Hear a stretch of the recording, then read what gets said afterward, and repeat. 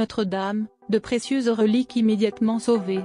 Au moment de l'incendie qui a dévasté la cathédrale Notre-Dame de Paris, une fois passée la sidération des images, une question est rapidement venue: quid des merveilles conservées dans l'édifice? Au lieu de la foi chrétienne et bâtiments religieux emblématiques de la puissance française, Notre-Dame abrite effectivement depuis des siècles des symboles religieux extrêmement forts, comme la couronne d'épines portée par le Christ au moment de sa crucifixion, la tunique de Saint-Louis ou encore un morceau de la croix et un morceau de clou ayant servi à clouer Jésus au bois.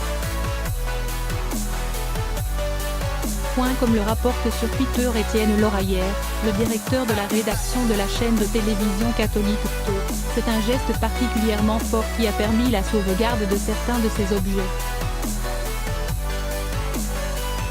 C'est ainsi l'aumônier de la brigade des sapeurs-pompiers de Paris, BSPP, qui est entré avec les soldats du feu dans la cathédrale au début de leur intervention pour mettre en sûreté les trésors si importants pour l'église que sont la couronne d'épines et le Saint-Sacrement, les hosties déjà consacrées et représentant le corps de Dieu pour les catholiques. Le père Fournier est un ancien aumônier militaire, qui est notamment allé en Afghanistan.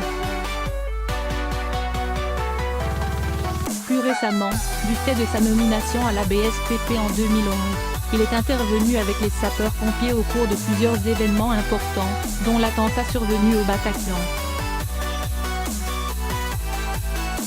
D'après TO, il aurait ainsi participé à évacuer des blessés de la salle de concert. Interrogé par le média américain CBS, le maire du 15e arrondissement de la capitale, Philippe Bouvon, confirme qu'au moment de l'incendie de Notre-Dame, l'aumônier a longuement insisté pour entrer dans l'édifice en flammes avec ses collègues pompiers.